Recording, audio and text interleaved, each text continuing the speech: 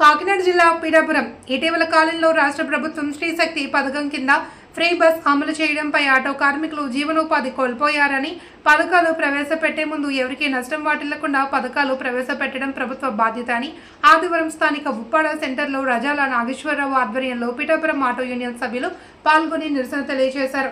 ఈ కార్యక్రమంలో ముఖ్య అతిథులుగా సిపిఐ నాయకులు సాక రామకృష్ణ పాల్గొని మీడియాతో మాట్లాడారు. ఉదయం లేచి ఆటో నడుపుకుంటే గానీ జీవనోపాధి సాగని ఆటో కార్మికులకు ఫ్రీ బస్ పెట్టి వాళ్ళ పొట్టలు కొట్టడం మంచి పద్ధతి కాదని, ఆటో డ్రైవర్లలో డిగ్రీలు చదువుకుని జీవనోపాధి లేక ఆటోని ఉపాధి రంగంగా ఎంచుకుని జీవనోపాధి సాగిస్తున్నారని, అదేవిధంగా ఆర్టీసీ ఆదాయం ఇబ్బంది కలుగుతుంది అని, డీజిల్ వాడకాలు తగ్గుతాయని, ఆటో మెకానిక్లకి కూడా ఉపాధి అవకాశాలు కోల్పోయే అవకాశం ఉందని, వెంటనే ఈ విషయం రాష్ట్ర ప్రభుత్వం నుంచి మంచి నిర్ణయం తీసుకుని ఆటో కార్మికులకు నెలకి 20,000 చొప్పున గౌరవ వేతనం ఇవ్వాలి అని, సంక్షేమ బోర్డు ఏర్పాటు చేయాలి అని ఆయన డిమాండ్ చేశారు. లేని పక్షంలో ఆటో కార్మికులు కలుపుకుని దశల వారీ పోరాటం చేపడతామని ఆయన హెచ్చరించారు. ఈ కార్యక్రమంలో పందిరి లావరాజు, కంది ప్రసాద్, సన్నాబత్తుల లక్ష్మణ్, గోవింద్, బందిల మోహన్, బొండడ అభిరామ్ తదితరులు పాల్గొన్నారు. ముఖ్యమంత్రి ఎమ్మెల్యే అయినటువంటి మన పవన్ కళ్యాణ్ గారు ఏరియా నుంచి అడుగుతున్నామండి, దయచేసి అర్థం చేసుకోండి. రాష్ట్ర వ్యాప్తంగా ఆటో కార్మికులందరూ ఏమైపోతారని మీరు ఈ ఫ్రీ బస్ పెట్టారు. పెట్టుకోండి, న్యాయబద్ధంగా ఫ్రీ బస్ పెట్టుకోండి.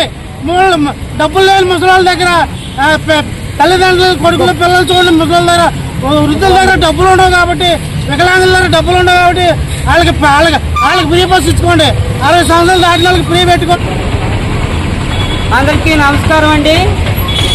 ఈరోజు పిఠాపురం ఉప్పాడ బస్ స్టాండ్ వద్ద ఆటో వాళ్ళ ఆవేదనను ఇలా ప్రెస్ మీట్ రూపంలో ప్రభుత్వానికి తెలియపరుస్తూ ఉన్నాం.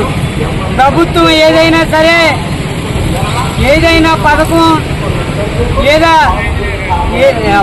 ప్రజలకి ప్రవేశపెట్టేది ఏదైనా సరే వెనక ముందు ఆలోచించి ప్రవేశపెట్టవలసిన అవసరం ఉంది. ఎందుకంటే దీనివల్ల ఒకరి నష్టం జరుగుతుంది, ఒకరి లాభం జరుగుతుంది.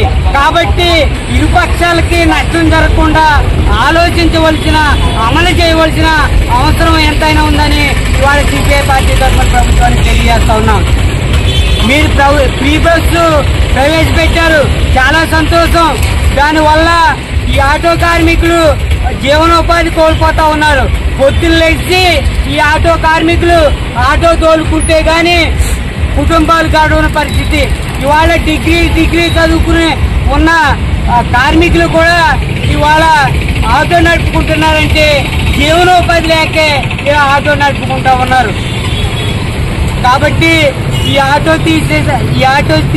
తీసిన కొత్తలో 80,000 నుండి ₹1,00,000 వరకు అదనంగా చెల్లించే సాధ్యం ఒకటి ఉంది.